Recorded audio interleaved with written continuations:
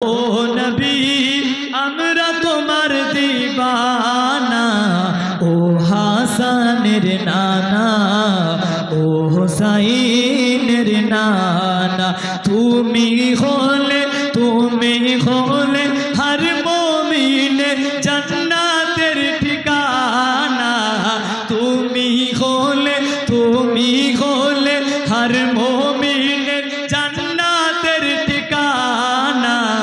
ও নবী ও নবী ও নবী আমরা তোমার দিবানা, ও নবী আমরা তোমার দিবানা। ও হাসানের নানা, ও হুসাইনের নানা।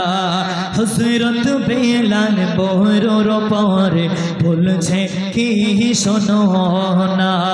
হযরত বেলাল মোহরের পরে বলছে কি শোনো না।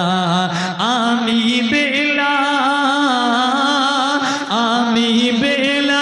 আমার ঈমান, আমি বেলাল আমার ঈমান এতটা দুর্বল দেবো না। আমি বেলাল আমার ঈমান এতটা দুর্বল দেবো না। জীবন গেলেও কলমা কবু ছাড়বো না। ও হাসানের নানা, ও হুসাইনের নানা। জোরে হবে রে। কি বললে? আমার ঈমানটাকে দুর্বল মনে করছেন। ওই বেলাল আমাকে নিয়ে কি করেছিল? পায়ে দড়ি বেঁধে আমাকে চালিয়েছিল, আমার পিঠ গুলো ছিল সহজ। তোমরা কি ভাবলে বেলাল ঈমানটা দুর্বল? তবে কবি অতি সুন্দর ভাষায় কি লিখলেন? আমি বেলাল আমার ঈমান, আমি বেলাল আমার ঈমান এতটা দুর্বল ভেবো না। ও হাসানের নানা, ও হুসাইনের নানা। ও উহুদ ময়দানে নবী দ্বন্দ্ব শহীদের ঘটনা। ও উহুদ ময়দানে নবী দ্বন্দ্ব শহীদের ঘটনা। শুনলো যখন ওয়েস কুরনি, শুনলো যখন ওয়েস কুরনি কি করলো দেখো না। শুনলো যখন ওয়েস কুরনি কি করলো দেখো না। একে একে দাঁত ভাঙিল, একে একে দাঁত ভাঙিল, একটাও দাঁত রাখলো না। একে একে দাঁত ভাঙিল, একটাও দাঁত রাখলো না। ও হাসানের নানা, ও হুসাইনের নানা। ও নবী আমরা তোমার দিবানা, ও নবী আমরা তোমার দিবানা। ও হাসানের নানা, ও হুসাইনের নানা। শুধু বলবেন সুবহানাল্লাহ বলে আমার মন চায় নবী মহব্বতে বলে। কবি অতি সুন্দর ভাষায় বেজার হলেন না? হ্যাঁ দাওয়াত করেছি গজল বলা, গজলে মানে আছে কি? আমি যে ঘটনা বলছি ঘটনার মধ্যে ইনশাআল্লাহ থেকে যাবে, বাইরে যাবে। শিল্পী মনে করুন যে গজল বলে সময় পার করে দেবে, শিখতে যদি না পেরে যদি বেকার হয়ে গেল মা। কবি অতি সুন্দর ভাষায় কি লেখে?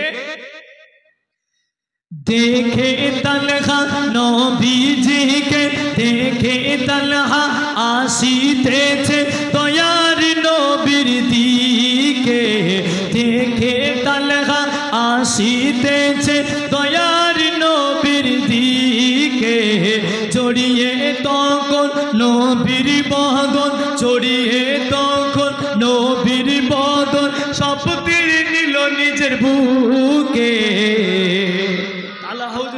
তীর মাছে দেখলেন দূর থেকে, হুজুর যে ছিনা পেতে দিলেন, একটা তীর বাইরে যেতে দিলেন না। জোরে বলে তুমি আমি পারবো তো? সমাবেশ চলে যেতে হবে তো। বাড়ি মহিলাগুলো কি হলো, ঝামেলা হতে পারে যে উনি বলবে যেও না, ওরা যাচ্ছে যাক, তুমি টাকা দিয়েছো ঠিক আছে, ওরা ঝামেলা ঝামেলা হতে পারে, যেও নে। তালা হুজুর কি করলেন, তীরগুলো সব টুকে নিলেন। ৭৯টা তীর রিওয়ায়াতের মধ্যে এক একটা বলে বলে নিজে ঢাল হয়ে গেল। ঝরে বলবে নবীর প্রেম আমাদের ভিতরে। কবি লিখছি, দেখে তালহা আসিতেছে, দেখে তালহা আসিতেছে দয়ার নবীর দিকে, চড়িয়ে তখন নবীর বদন সেই নিল তার তীর বুকে। ও হাসানের নানা, ও হোসাইনের নানা, নবীর প্রেমে ঢাল হইল, নবীর প্রেমে ঢাল হইল, তীর লাগতে দিল না গায়ে, নবীর প্রেমে ঢাল হইল, তীর লাগতে দিল না নবীর গায়ে। ও হাসানের নানা, ও হোসাইনের নানা, দয়ার নবীর প্রেমে পাগল, দয়ার নবীর প্রেমে পাগল আলী আর ফাতেমা, দয়ার নবীর প্রেমে পাগল আমার দাদা পীরের মুরিদানেরা। ছুড়ে বলে আমরা কিন্তু সবাই নবীর পাগল, ঠিক না? সবাই সবাই আমরা নবীর মহব্বত। আল্লাহ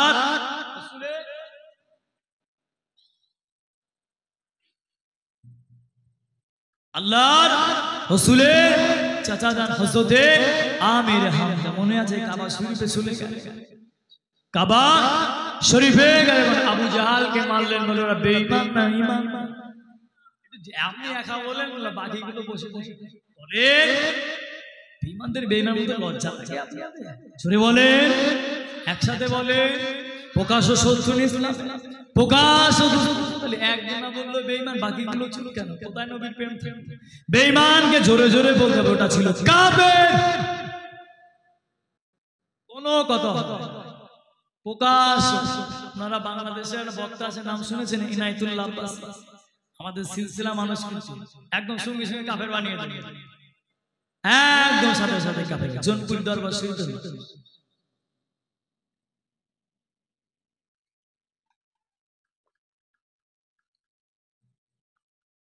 জনপুর দরবার শরীফ খুব আল্লাহ ওয়ালা মানুষ। আমাদের সিলসিলার খিদমত শুধু বাংলাদেশেও চলে, শুধু বাংলাদেশ নয়, পাকিস্তান। আমার একজন মেসেঞ্জারের সাথে কথা হয়, তিনি আমার দাদা পীর চলে বলে বাংলাদেশ তো আমার বাড়ির কাছে, 1 ঘন্টা গেলে বরফ না থাকলে গুলি আসে, শুধু পাকিস্তান পর্যন্ত আমার দাদা পীরের মুরিদ আছে। জোরে বলে, আপনাদের তো কাছের মানুষ আছে, জোরে বলবে।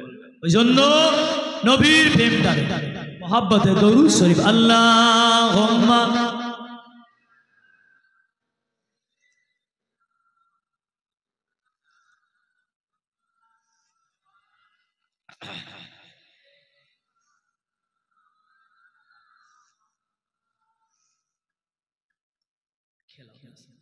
বলে আল্লাহ রাসূলের চাচা তীরের ডাব নিয়ে শপথ, আল্লাহ নবী চাচা হযরতে আমির হামজা রাদিয়াল্লাহু তাআলা আনহু আল্লাহ নবীকে নিয়ে বললে, আজ থেকে যদি আমার ভাইপোর দিকে কেউ আঙুল গানি তোলে, আজ থেকে যদি আমার ভাইপোর দিকে কেউ একটা ইশারা করে, আমি আমির হামজা কথা দিয়ে দিলাম, আমি আমির হামজা কাবাকে শপথ করে বললাম, আমার ভাইপোর বদলা যতক্ষণ না নেব, প্রতিশোধ যতক্ষণ না নেব, আমি আমির হামজা 1 গিলাস পানি পর্যন্ত পান করব না। আর জোরে বলে, মজবুত হন না পিছনের ভাই, চুপচাপ থাকেন বলে, আমি আমির হামজা আজ থেকে শপথ করলাম, যতক্ষণ আমার ভাইপোর বদনামের প্রতিশোধ না নেব, আমি আমির হামজা।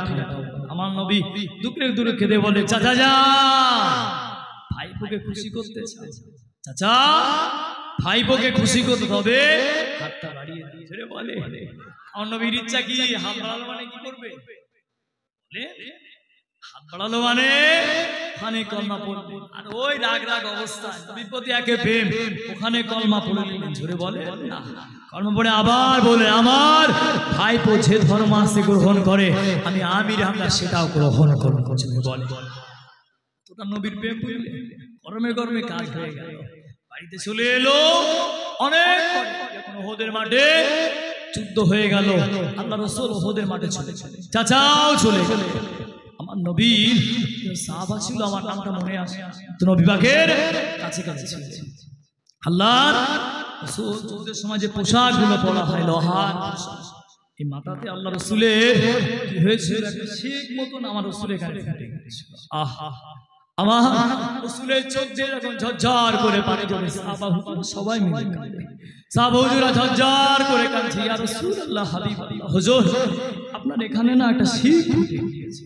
সাহাবা হুজুরা দুকরে দুকরে কাঁদছে, সাহাবা হুজুরা কাঁদে, আমার নবীও কাঁদে। আমার রাসূলের চোখ দিয়ে টপ টপ টপ করে পানিগুলো জড়িয়ে জড়িয়ে আমার রাসূল যখন কান্না করে একটা শিখটা ফুটে গেল। সাহাবা হুজুর ওখান থেকে বার করে ভয় পাচ্ছে, হাত দিয়ে টানতে ভয় লাগছে। সেই সাহাবা হুজুরটা কি করলেন, তিনি বললেন কি করবে, দাঁত দিয়ে শিখটাকে তুলে দিলেন। বলেন আল্লাহ, আমার রাসূল একটু কষ্ট হচ্ছে।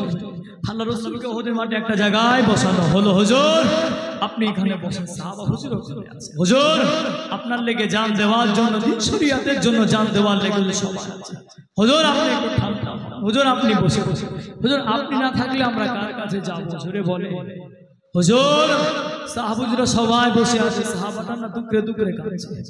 নবী পাকের সাহাবা কাঁদছে, আমার নবী কাঁদছে যে আমার সাহাবা আজকে দুনিয়ার জমিনে না, আমার ওসমান কোথায়, আমার আলী কোথায়, আমার ওমর কোথায়, আমার আলী কোথায়, আমার ইমাম হাসান, আমার বিবি ফাতেমা, আমার সাহাবারা কোথায়, আমার সাহাবাদেরকে সব মেরে দিচ্ছে। আমার রাসূল দুকরে দুকরে কাঁদছে। আল্লাহ রাসূল এতটা জোরে জোরে কান্না করে, আল্লাহ রাসূল যখন কান্না করছে তখন ওই সাহাবাটা হুজুরের মাথা থেকে বলে, রক্ত পান করাটা কি হালাল না হারাম? আওয়াজ দেন, কি অসল বলে, আপনারা কিছুই জানেন না। এই আমার দাদা পীরের মুরিদ, এই দাদা পীরের সিলসিলা বলে রক্ত পান করা কি একসাথে বলে। সেদিন সাহাবার কাছে কোনো দলিল ছিল না, জোরে বলে সাহাবা হুজুর আমার নবী পাককে ধরে রাসূলকে ধরে দাঁত দিয়ে তুলে দাঁত মোবারকটা পড়ে গেল। জোরে বলবেন আল্লাহুম্মা, জোরে বলেন আল্লাহুম্মা।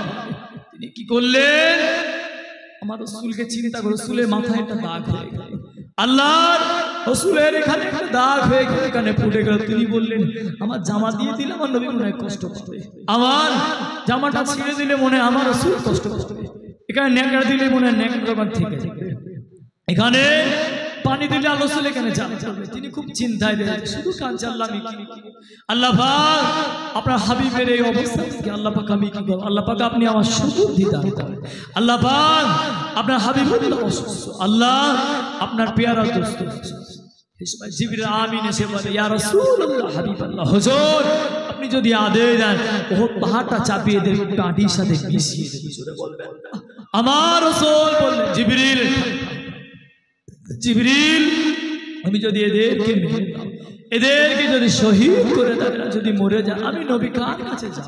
জোরে বলেন না। আমার নবীর প্রতি এত মায়া, আমার রাসূলের প্রতি এতটা তাদের ভালোবাসা ছিল।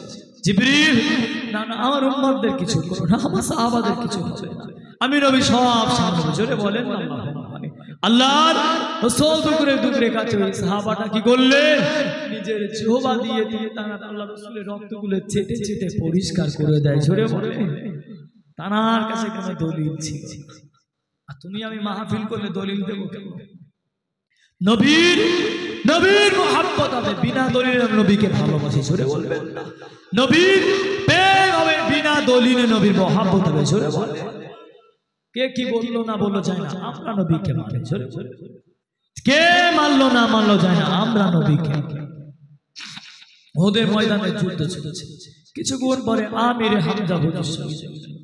উতবা, উতবার কাছে একজন থাকতেন, তার নাম ছিল ওয়াইসি। ওয়াইসি উতবা বললেন তুমি কি আজাদ হতে চাও? আগে দাস ছিল বাড়িতে, কিনা গোলাম, তুমি কি মুক্ত হতে চাও? কে না চাই যে মুক্ত হতে? কে না চায় মুক্ত হতে? তবে তুমি যদি আমির হামজাকে কতল করতে পারো তাহলে আমি তোমাকে আজাদ করে দেব, আমি তোমাকে আজাদ করে দেব। আল্লাহ নবী সাহাবা আল্লাহ নবীকে যখন আল্লাহ নবী ওদের ময়দানে আছে, আল্লাহ রাসূল যখন ওদের জমিনে আছে, যুদ্ধ চলে যুদ্ধ চলাকালে আমির হামজা আল্লাহ নবী চাচা যান, আল্লাহ রাসূলের চাচা যান, যুদ্ধ করে প্রতিটা সাহাবার হাতে একটা করে ঢাল আর একটা হাতে তলোয়ার, এক হাতে ঢাল এক হাতে তলোয়ার, এইভাবে যুদ্ধ করে আল্লাহ নবী চাচা হযরতে আমির হামজা রাদিয়াল্লাহু তাআলা আনহু 60 বছর বয়সে কোন রিওয়ায়াতে পাওয়া যায় 50 বছর বয়সে, এক একটা হাদিসে এক একটা বয়সের মধ্যে পাওয়া যায় আল্লাহ নবী চাচা যান হযরতে আমির হামজা রাদিয়াল্লাহু তাআলা আনহু যুদ্ধ করছে, ওনার হাতে ঢাল নাই, দুই হাতে দুটো তলোয়ার রয়েছে, শরীরে কোনো গাঁট নাই, আল্লাহ নবী চাচা দুই হাত দিয়ে যুদ্ধ করে, দুনিয়া জমিনে যদি সরিষা পড়ে যায় এদিক ওদিকে চলে যায়, গোল গোল দানাগুলো এদিক ওদিকে ছড়িয়ে যায়, আল্লাহ নবী চাচা হযরতে আমির হামজা রাদিয়াল্লাহু তাআলা আনহু আল্লাহ নবী চাচা এত দ্রুত যুদ্ধ করে, বীরেদের মধ্যে বীর যাকে দেখে জঙ্গলের বাঘ পিছিয়ে যেতে, ও যুবকেরা, ও মা দাদা পীর বাগানে মুরিদ মুতাকিদি গণেরা, ও আহলে সুন্নাত ওয়াল জামাতের নওজোয়ান যুবক তরুণ গণেরা, আল্লাহ নবী চাচা এত বেগে যুদ্ধ করতে, আল্লাহ নবী চাচা যখন জঙ্গলে চলে যেতে, যে সিংহটা একবার দেখতো, যে হরিণটা একবার দেখতো, তারা পিছিয়ে যেত, সামনে আসতে পারত না, এতটা রাগান্বিত ছিল, এতটা ভয়ানক হয়ে যেত। আল্লাহ নবী চাচা এত জোরে জোরে যুদ্ধ করে, দুই হাত দিয়ে যখন তলোয়ারগুলো চলে, এইভাবে যখন তলোয়ারগুলো মারে, সাহাবা হুজুররা পাশে রয়েছে, বেঈমানদেরকে ওদের ময়দান ফাঁকা করে দিতে লেগেছে। আরো জোরে বলে তাকবীর, নারায়ে তাকবীর।